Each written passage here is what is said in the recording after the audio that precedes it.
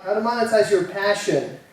Example from the game industry. I hope that this kind of stuff is going to really help you guys in making sure that you do what you love and nothing else. And you make a buttload of money with it.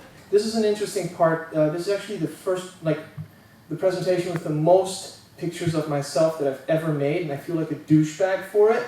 It makes me feel like an arrogant bastard, but it's just kind of for me to, it's also for me a very personal talk because it's literally a journey through my own 8 years working with and on games. I used to be the little fat kid in high school, the guy who didn't have a lot of friends.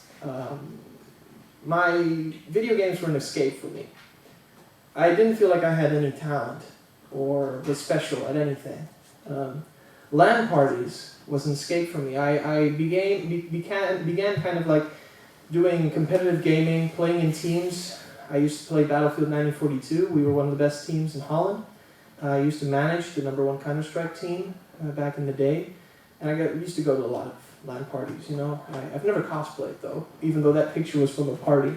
I did a pretty damn good Mario, I have to say. But I was able to turn it into a career that got me to live in 9 different countries and travel to over 31 countries before turning 30. And meeting an amazing amount of awesome people, making a buttload of cool friends. So I want to start off with the #1 thing that I think a lot of you guys don't realize. Who of you guys are still studying? Okay.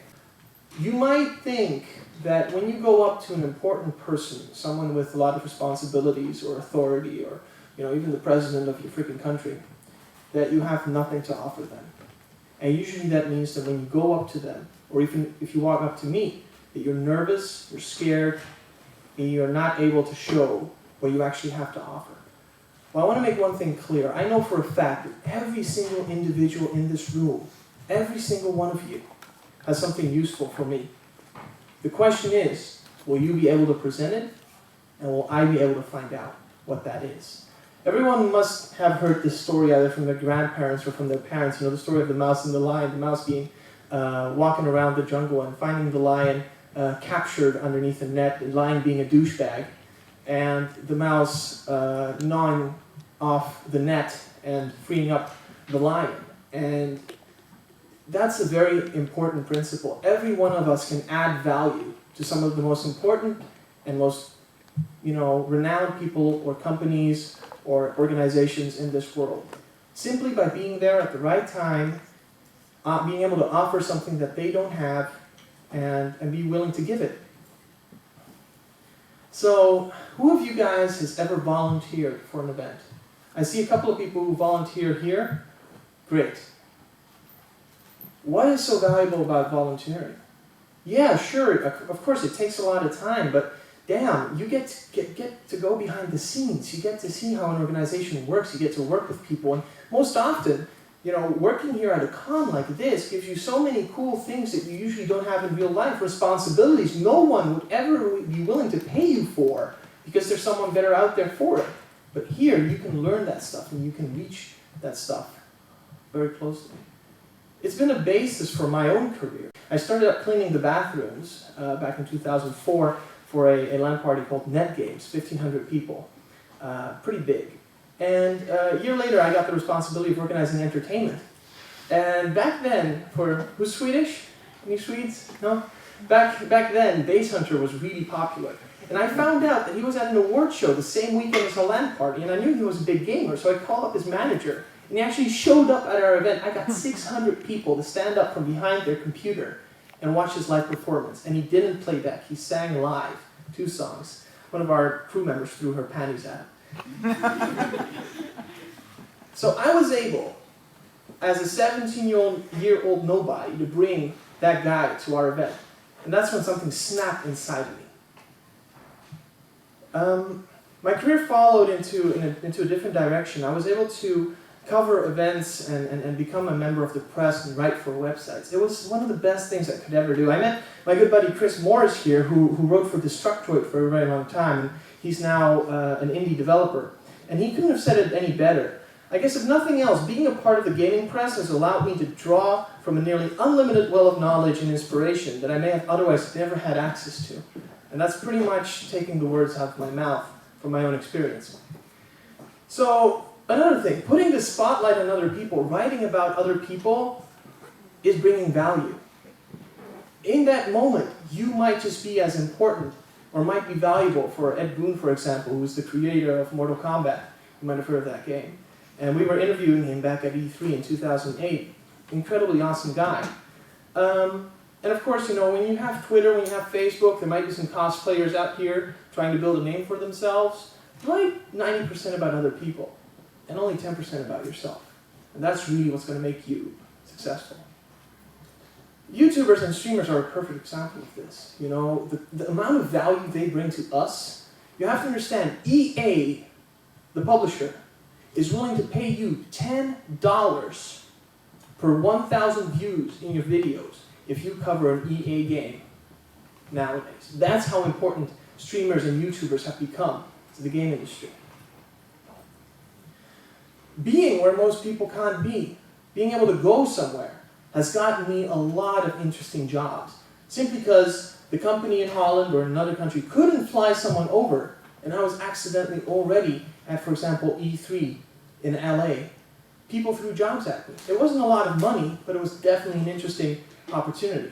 I got to meet awesome people. I got to interview the cast of Battlestar Galactica because I was just walking by at Comic-Con. I was the only Dutch game journalist at Comic-Con 2008. I got to see the inside of, who knows Metalocalypse, the TV show? Yeah, I got to see the inside of Titmouse, the production company that made that. And, you know, all these kind of awesome opportunities because I traveled, because I incidentally was at those events of those locations when people needed me there. Having the knowledge of a specific subject and having the connections inside that network that others don't, that is bringing value. A couple of examples. Up there you might see me with a couple of cosplayers. I was incidentally, you know, involved in an event by a museum for media and entertainment in Holland that had no clue about games. And I was responsible to organize it because I knew the game developers who I could invite to speak there and give workshops. Whenever there's something that you can offer that is rare and scarce, the value of what you have to offer is incredibly freaking high, and people are willing to pay you for it, hard cash. So it's the simple rule of, you know, supply and demand. And I have one important rule for all you students out there. Never present yourself as a student. I don't care if you're a student. What I am interested about is what you have to offer. You know, who knows Flambeer, the indie game developer? They've made Super Crate Box, Nuclear Throne. So my buddy JW, nobody knew him back in 2010, but in 2010 that guy had already made video games for 10 years of his life. So if you come up to me and you present yourself, you can be a student, but you are actually already a game developer because you spent 10 years of your life on a specific subject. So please, if you're a student, I don't care. Some people judge you for it. Base your presentation on your merits, not on your status. So for me, when I realized the fact that I could bring value to other individuals in such a way, the second thing followed. The principle of the snowball effect. The fact that every single time that I helped out or did something cool, something else followed. A new opportunity came to the horizon. I call it the snowball effect. Just to give you a quick overview, this was interesting. This was very emotional for me to look at. But this is my snowball effect. I started out as a pro gamer, playing online, wasting my life because I was a nerd, involved in LAN parties. 1 year later, I was a co-organizer of the first ever game conference for the Dutch game industry. I got to know everyone in the Dutch game industry, 250 people, so not that many back then. But then in 2007, I got an internship out of that. And I was joining the first ever delegation from the Dutch game industry to go to Japan. And because all of those people were too freaking busy, I was thinking like, okay, how am I going to make myself useful? So I taught myself Japanese in 2 months. And I decided to write about the delegation's visit. And I covered it, I took pictures, I wrote about it.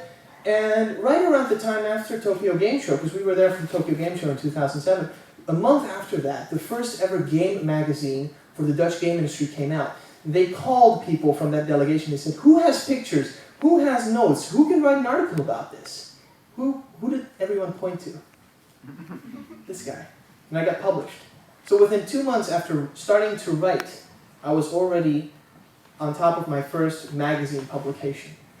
I decided, I picked a brand, I picked a website, I started presenting myself actively inside the game industry. We had our beautiful design, green ties, I called my company Video Game Visionary because I wrote about video game visionaries. I didn't think I was one. A lot of people thought I was an arrogant bastard for doing so. I like that guy. You see that guy over there with the green tie? That was our uniform.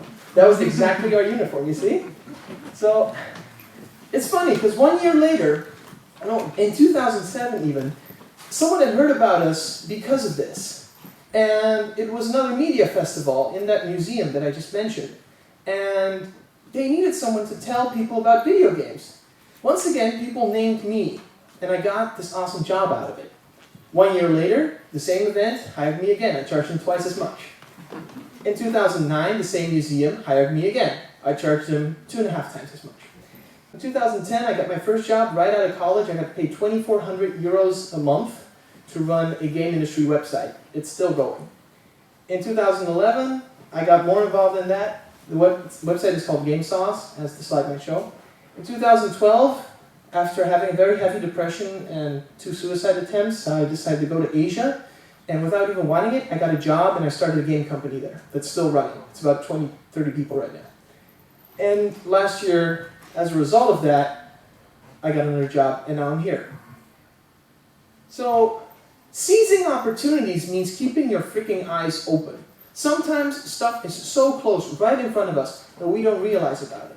So we have to teach ourselves to find opportunities, to seek them. And when we find them, grab them by the balls, squeeze, and not let go. Simple as that. This is my first invoice. This is 2007. I'm 19 years old. I just came out of Japan. And this event asks me if I can organize a section of about 30 square meters featuring games. I charged them 1,394 euros for 2 days of my time and hardware rental. So the question is, have you embraced the power of timing as well? Because it was perfect timing for all these things to happen. But we really need to make sure we're at the right place at the right time, talking to the right people. Good examples of this. You might know Desucon, Finnish pride, hey, Suomi, Housemarque made this. But they timed it perfectly. It was the #1 launch title for PS4. If they would have launched it 3 months later, whatever, nobody would have cared. But everyone who got a PS4 got Desucon. It's called the Desucon machine. It was perfect. For ourselves, it was perfect as well. Company of Tanks came out in December. People were waiting for a tank game on mobile, and all the tank games sucked. Trust me, we've done the market research. And it was amazing. Everyone downloaded. We had like 300,000 downloads in 1.5 months. We didn't expect it. We spent $0 on marketing. Perfect timing. We got $50,000 from Microsoft and Nokia to bring it to Windows Phone, which we're going to do in a month. So that brings me to a very important thing, because I would say a big part of my personal experience was also luck. But how do you transform luck into a formula? How do you transform luck into something reproducible? That's a very, very important point. Okay, you can be lucky once, but how do you make sure that keeps happening? One important question that you guys have to ask yourself and each other: what is your value? Are you a creator? Do you make cosplay? Do you make, like for example, the people on the second floor, do you make art or trinkets or crafts? Are you a connector? Do you know a lot of people and do you bring them together? Do you ask for commissions because you get people jobs or you help them with their careers? Are you an organizer? Do you organize events? Do you organize volunteers and conventions like this? Are you a business type? Do you buy low and sell high? A lot of people do that sometimes as well. And sometimes when you combine yourself with other people that have other different skill sets, you can actually maybe even start a startup. So one rule that I'd like to pass to all of you guys, if you decide to freelance or be indie, either you do something for free, or you charge him fucking full price. But never ever give a discount. Now who can tell me why? Anybody? Yeah. It will lower the price on the entire economy will lower the prices than if, hobbyists make, Close. stuff. No, someone else. Okay. Try it. If you give someone a discount, what happens the next time that they will employ you? You set the precedent. Never give something on discount because the next time they'll be like, well, you charged me $25 instead of $50 last time. I expected the same. Fuck them. Once you kind of are in the mood, you have to then focus on, okay, I'm most likely not the only person out there. So you might be facing a lot of competition. So then really, like I said, you have to define yourself, but not just define yourself in your identity, but define yourself inside the market. Now, who knows the blue ocean strategy? Who knows that concept? Yeah, not enough people, obviously. So there's a book called The Blue Ocean Strategy. It's pretty much what Nintendo did with the Wii. Everyone back then was going, next gen graphics, gray, brown, awesome, PS3, Xbox 360, going that way. What did we do? They're like, no, we're going to do something completely different. We're going to make a low-end, 2 GameCubes taped to each other device with a cool, quirky thing that lets your grandparents and your parents play games with you. And boom, Blue Ocean Strategy in the flesh. They went for something that was uncontested. They had no competition. They created a new demand from scratch. They broke the value-cost trade-off. And boom, they just moved away from all of their competition. That's the Blue Ocean Strategy. What do you have that others don't? How do you define yourself? There are companies in China that will pay you to represent them simply because you're white. What? Has anybody of you traveled in China? Have you ever been to Japan? Who has ever had Japanese people ask to take pictures with them? Why? Because you're rare. Imagine you're a cosplayer. Imagine you think you're relatively pretty. You go to Thailand. If you have pale white skin, boom, you're an instant model. You will not earn as much as here in Europe as a model, but you will be able to build up a portfolio. Hell, in 2 years from now, I'm going to go to Bollywood, and I'm going to be the guy who gets his ass kicked in a Bollywood movie by the main star. Why? Because there's not enough white people who are willing to get their ass kicked in a Bollywood movie. So I will be able to do that. Right? Don't be afraid for change either. It's strange, but the opportunity that got me to, because I was thinking I'm at an anime convention, the organizers were like, oh, this has to be Japan related, Asia related, blah, blah, blah. I'm like, okay. So I lived in Asia. And the reason I lived in Asia is because I was in a severe depression in 2011. My entire world crashed. I lost my job, my house got broken into, my ex left me, my girlfriend left me, now my ex. I almost killed myself. I went to twice and failed, luckily. I went to 3 months of full-time therapy as a result and got completely emotionally re-educated. And then I decided to sell my property, travel to Asia. And without expecting it, I went there because some Finnish students, actually some close friends of mine, were there on exchange. They're right there on the left. And they told their teachers about me, and the teachers invited me to speak. So I'm like, okay, fuck, if I'm going to go to Thailand for a week to speak at a local university, I might as well turn it into a trip. So I sold all my property. I went there to travel Asia for 3 months. I met my future boss, Frank, and we started a game company together. And it's amazing how that kind of snowballed, But the only way I was able to get that is because in Thailand, my 7 years of industry experience as a game journalist, which is pretty common here in the West, was rare. I knew people. The Thai game industry was nothing back then. And that's just 2 years ago. Now there's the biggest game company in Bangkok. It's called Pocket Play Lab. And they're working together with Rovio, and they're earning more with the game that Rovio published with them than Angry Birds. So even adversity in your life can bring opportunity if you know how to twist it that way, if you know how to take control of your life. But most importantly, it's really about people. Like I said, every single one of you has something they can offer to everyone else, or to me. It's about building your network. The first book I ever read about this was back in 2004. It's ancient. It's by Dale Carnegie, How to Win Friends and Influence People. Cheesy American self-help book title, I admit, but timeless advice. Read this book. There's a free audiobook on YouTube, and I'm sure you can find the PDF by Googling it. If you feel like it's hard for you to meet people, if you feel like you have problems socializing, it's not you. Just read this book, and trust me, everyone can do that.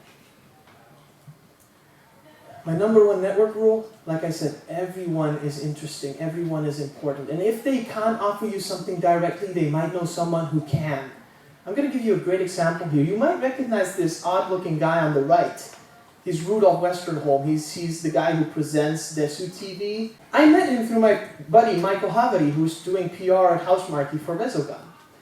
And he's interning there now. So I met him, I got drunk with him, and I told him my story, and I told him, I gave him some advice on how to build, a career in the game industry. He's like, fuck, man, your story is awesome. Would you like to speak at Desucon? I'll introduce you to the organizers. And boom, here I am.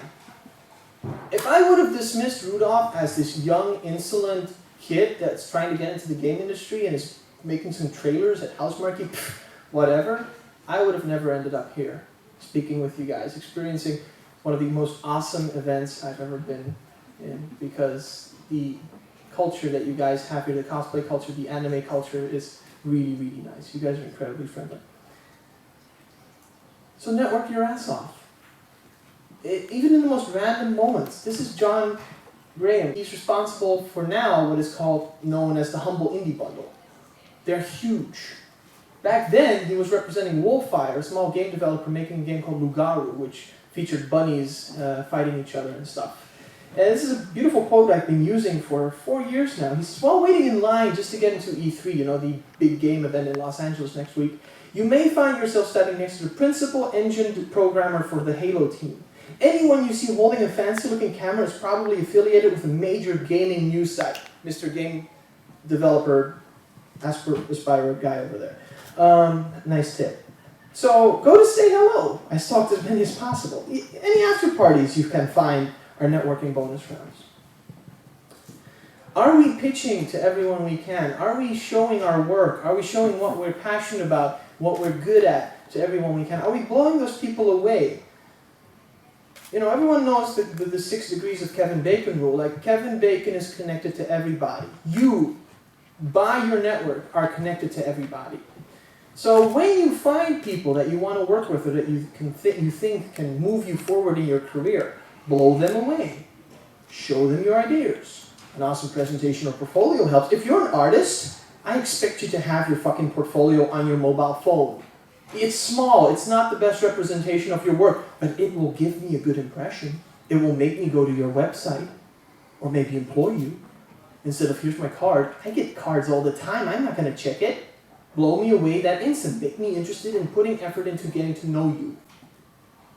When you present your services and expertise, always go in with the mentality of closing a potential collaboration and or deal. Always be closing.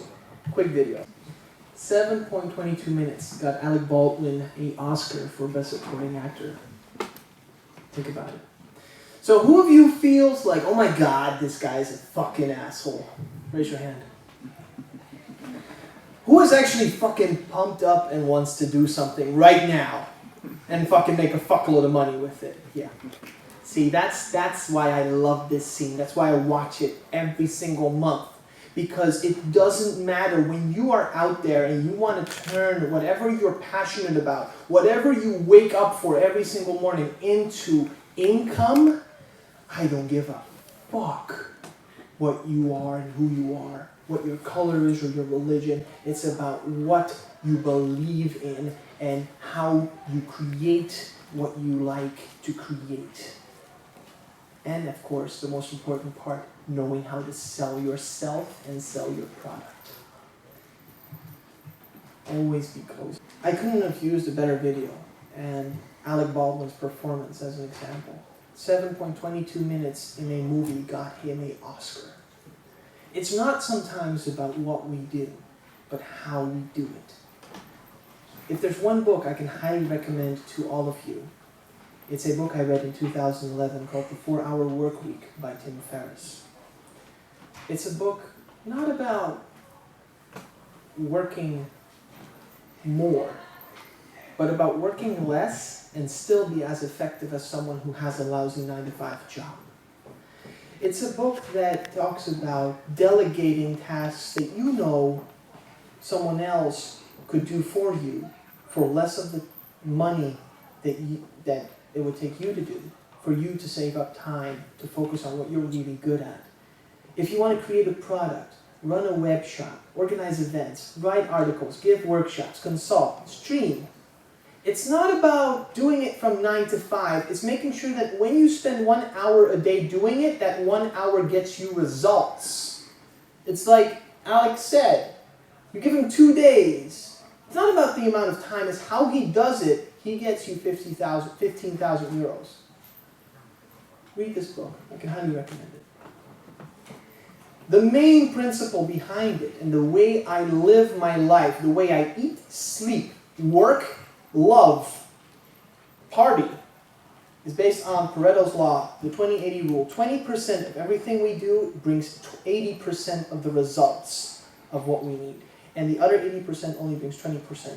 Value is created if your return of investment is bigger than your investment. Let's say you spend 8 hours making your cosplay, and you win a prize or you win an award here at, the convention. Of course, obviously, those 8 hours were small compared to the results and the prize and the reward and the attention and the PR and the fans that you'll get. So the return on investment, what you get back, is 10 times, 20 times, I don't know how many times higher. That's how you need to think. That's how I was able to get where I am. My first publishing deal for my video, for the first ever video game I've worked on is a perfect example of this. Who knows the Global Game Jam? Okay, whoever doesn't, it's an annual thing at the end of January where worldwide everyone gathers at local universities and sites and makes a video game in 48 hours. Now, we made a game in 48 hours and it got us a publishing deal. What does that tell you about the 20-80 rule? All right?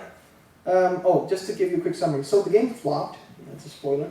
But that wasn't our fault. So that's my team over there. We worked 48 hours, made a cool game called Pulse. We got Ferry Corsten, world-renowned DJ, to make the soundtrack for it. We got something out of it. We got worldwide attention and press. 3 members of us got paid. They made a 12,000 euro budget available for us to make a more extended demo. 1 team member got a full-time job out of it. Pulse was later developed for 100,000 euros by an external developer that kind of fucked it up. And then there was no marketing budget, so it flopped and only sold 1,000 copies. I don't give a damn, because it was an amazing experience, and we all got more out of it than those 48 hours we spent making it, which we also enjoyed because we got drunk and we partied and blah, it was awesome. Another example, a personal example. I was in New York for a conference working for a startup that I mentioned last year in July. And I was accidentally connected to Wi-Fi in a big Best Buy store in New York. And a developer sent me a message and they're like, hey, Vlad, we're working with KLM Royal Dutch Airlines on this mobile game, and something went wrong with the PR and we'd like to fly over some international press. Well, that's interesting because I've been press member of the game press for like 6 years, so I know those people. And they're like, could you maybe help us out? I'm like, okay, cool. It's Thursday, and when do you need this? Next Monday. I'm like, fuck. I'm in New York right now. Okay, so I'm arriving tomorrow morning at Schiphol Airport back in Amsterdam. I can get started on this right away. They're like, okay, cool, what do you want? I feel silent for a second. I'm like, let me get back to you. And I'm like, how much is this worth for them? So I messaged them back. I said, 80 euros an hour. 2 seconds later, yes, that's fine. So you have to understand, in 16 hours that I spent on Friday and Saturday, times 80 euros, I earned 1,680, no, I earned more than that. I didn't do my math correctly. Anyways, I earned a fuckload of money, but you have to understand, I was able to call members of the press directly on their phone after they woke up in San Francisco at 9 a.m. because I had their phone number. Having to get a press member's phone number on a Friday afternoon, the weekend following, before the Monday when you actually want to fly them over to come to your event on Tuesday, is merely impossible unless you put someone on it, and even time is against you. So even if they would have put people on top of that, I calculate it would have taken them at least 10 times as much time. Imagine they would have put their own employees, and those employees or interns that cost 20 euros an hour salary on it for 160 hours, they still would have been better off paying me 80 euros an hour. So their ROI working with me was worth their investment. So what's very important, of course, is this happened because people knew about me. People were like, who should we ask about this stuff? Vlad. And through 3 different people, they ended up reaching me while I was in New York. So the question is, how well and often do you showcase your work? When was the last time, for example, where whatever you were doing, either making a video game or a cosplay or some material, you participated in a showcase or a competition? Because God, there's so many of them out there, even government-funded ones that have nothing to do with your specific industry, but accept you based on their rules. Or just, by volunteering or speaking there, like I'm doing right here, right now. I'm going to give you a nice example. This is my buddy Srilash. This is him winning an indie game award in Portugal that included 5,000 euros prize money. He's from India. He found out about this event. He got flown over because he was one of the few people that... There were 20 contestants. You know how big your odds are of winning, even if you have a shitty game, if there's only 20 contestants? And he did! So there's this website, promoterapp.com, Mr. Video Game Guy, /calendar. You can see all of the future and past competitions for video games. And of course, there's gamecoms.com that features all the worldwide game conferences out there. So, do people consider what you have, or your product, or what you have to offer a must-have? And can you make them believe that it's a must-have? That means that you have to do sales, you have to promote it as well. Who knows who Nikola Tesla is? Yeah, thank you. So you might have heard of the oatmeal. He did this awesome comic on Nikola Tesla. Nikola Tesla is most of us. He's an incredibly talented person, but he shuts himself off. He has made the most incredibly awesome inventions, and he had people like Thomas Edison run away with it.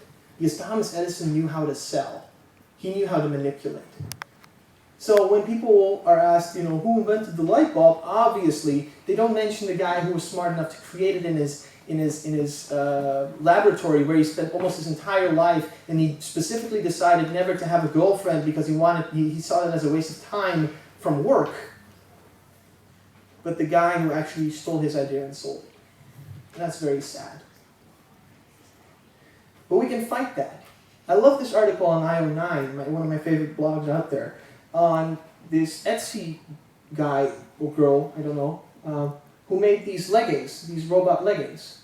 It got featured on Etsy, boom, sold out within an hour after this publication. Right?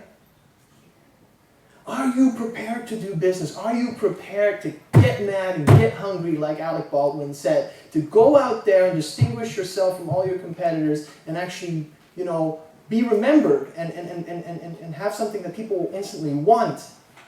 Do you have a website? Do you have a portfolio? Does your LinkedIn profile mention what you do? I get job offers every single week because people find me through LinkedIn because my profile matches their search queries. Your elevator pitch. How do you explain in 30 seconds what you do? Can you? If you can, awesome. If not, practice. Imagine you're walking near to the CEO of Microsoft. You want to work for that. And he's walking into an elevator, and the only time you have with him is the 30 seconds in the elevator. That's the time you have with me when I'm super busy. That's what you need to prepare for. Do you have business cards? Can I get your contact information in the snap like that? Do you have any referrals, people that you've worked with that can be positive about what you've brought to them, to vouch for you? Vouching is one of the most powerful things. That's how I get all my jobs. There's now some talk about game startups, specifically if you want to go indie, if you want to make a game company, by my good friend Kadri Ugand, who's one of the founders of Game Founders, which is a startup accelerator for game companies in Estonia. I recommend you watch that video. I turned it off again. your business plan. It sounds very daunting, but it's simply about, I spend X amount of hours a week doing this, and I project that I get X amount of euros out of it. And X amount of costs will make sure that I get X amount of revenue. Simple as that. It really is nothing very complex. And there's this beautiful Finnish website called Series C that had all of these awesome legal documents for if you want to create a company or a startup. It's amazing. It's right there. Copy paste. How well do you know yourself, your product, and your market? You know, what are your strengths? What are your weaknesses? It's very important that you look into the mirror, but you also look around and see what's out there. And that's the way you find out usually what's missing in the market, and you discover your blue ocean. And you can always talk to people with similar backgrounds and what they've done, because usually they can tell you a lot of stuff about how not to do it. You know, maybe sometimes you have to partner up. Maybe you're incredibly awesome at sewing and cutting costumes, but you're not very happy with going out to cons and selling your stuff. So pay a friend of yours, I don't know, an hourly wage or a fixed wage to come here, sit down and sell it for you. And of course make sure that they actually do a good job at it. I love this, who knows South Park, this image from the Underpants Gnome episode? Yeah, it's the same thing. It's like, you have this awesome product, question mark, profit. So find out who can help you with that question mark if you don't know the answer yourself. Simple as that. A good example, one of my friends from Flambir, who at one point made an awesome game called Super Crate Box. It got downloaded for free 1 million times on PC. Then they released it on iOS, and then it became Game of the Year on PS Vita. They had a bus driver port the game to PS Vita. Accidentally met him. But he was awesome at it, and he did a good job, and he was cheap. My example, I partnered up with a game company from Romania who has a lot of experience with game portals because we wanted to create our own portal. And they helped us optimize our ad revenue, which instantly meant that we were earning 4,000 euros a month with no effort on the users that we were driving through our website, which right here are just 200,000. Sorry for the Dutch, my Google's in Dutch. But that's 400,000 tomorrow. And we're earning money. No effort. They get 10% of the cut. That's fine. Also, what are you sharing? One of the reasons that I get a lot of jobs is because I'm particularly often sharing my insights. I'm sharing my secrets, honestly, because I don't think people can reproduce what I, have done in the past couple of years. There's this awesome anecdote about Picasso. I think it's not real, but there was this lady who walks up to Picasso in a park, and she asks him, "Mr. Picasso, could you draw something for me on this napkin?" And he's like, "Yeah, sure." Blah, blah, draws a little penis, and gives it back to her. She's like, "Thank you." He's like, "That's 9,000 euros. She's like, "Why? You just drew that in 30 seconds. He says, "No, darling. I've been drawing that my entire life." So, your insights, numbers, valuable contacts, opportunities and jobs, even a place to stay are things that really resonate. Like the fact that I'm being here is because I'm staying with a friend who's part of the team organizing this. It's really important that you share in order for people to know what you need and what you have to offer and what they can find with you. Especially your mistakes, like I said. Are you making yourself a better and stronger person while doing this? There's a ton of books on this that I can highly recommend. These are my top 4 right now. I already mentioned that one. A New Earth is really about releasing your ego, releasing yourself from the pain of disappointment, because you are going to fail. That's a whole separate talk on its own. 7 Habits of Highly Effective People is really about, finding the entrepreneur in yourself and understanding how you can sell yourself better. Of course, releasing fear is a very important aspect of that, because we all are kind of scared to take that step. I know, because I was too. But in the end, my work, what I do, what I spend endless amount of hours a day on every single day is an investment in myself. It has to be. If I flip burgers every day from 9 to 5, I am not investing in myself. I am destroying myself. If you don't enjoy your job, if you don't enjoy what you're doing right now, get the fuck out. Life is too short. Prepare mentally, both for success and for failure. You're going to need both. Both failing and succeeding hard is equal to just growing up very, very fast. But trust me, it's incredibly awesome to do. I failed many, many times to get to the point where I am right now. Bonus tip, quantify your life and work. So this is something that I really wanted to share with you guys. This is my income and my expenditures for my company in the past 5 years, so 2017, I haven't updated 2014 yet because it's still ongoing, right? So as you can see, that first invoice was while I was in college. That was the second year of college. And then you see that my expenditures were always a little bit higher. That's because I used every single cent that went into my company, I reinvested in travel, equipment, hiring other people to help me do stuff, and so forth. In total, I haven't earned a lot of money in that time, but I've lived, for sure. And I can tell you right now that I've done a calculation. If I would have focused 80 hours a week of my life in that period of time only on making money and not traveling and enjoying myself and getting to know myself better as a person, I would have been able to maybe earn 500,000 euros in that time. Yeah. Huh? My career in numbers, I've quantified everything that I've done, just to be able to look back. This is my 25th talk by now, but 22 talks that I've given at these kind of events and conferences. 232 articles. 1,200 hours is 1,600 hours by now in League of Legends. A fuckload of people that I've met, a fuckload of business cards that I've given out. A lot of people that I've interviewed, and every single interview that I've had as a journalist was a small workshop. I always ask my own questions. If I can do this, nothing is stopping you from doing the same. So, to summarize, do all this shit, rinse and repeat. Links, more links. I got modular lectures on youtube.com/VGVisionary. And you can have my contact information. I also have business cards for whoever wants to talk to me. I'm here until the end of Sunday, so please, if you have something, if you have any questions, this was just the introduction. If you have something, come to me personally, because I can talk to you and address your situation on a person-by-person basis. Much easier. This is all too overall and general. Maybe half of this stuff was useless for you, so I apologize for that. So thank you so much, and if there's any questions, just come up to me. Thank you.